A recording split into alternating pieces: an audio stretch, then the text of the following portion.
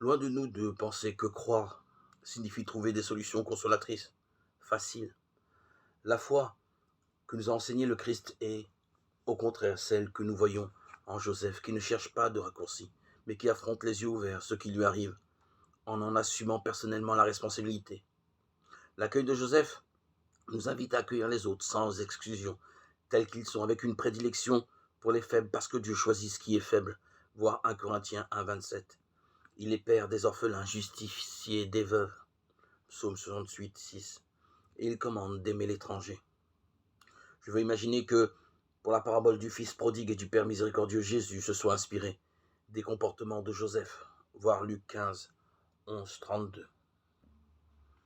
Si la première étape de toute vraie guérison intérieure consiste à accueillir sa propre histoire, c'est-à-dire à faire de la place en nous-mêmes, y compris à ce que nous n'avons pas choisi dans notre vie, il faut cependant ajouter une autre caractéristique importante: le courage créatif, surtout quand on rencontre des difficultés.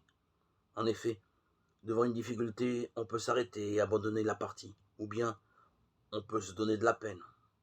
Ce sont parfois les difficultés qui tirent de nous des ressources que nous ne pensons même pas avoir.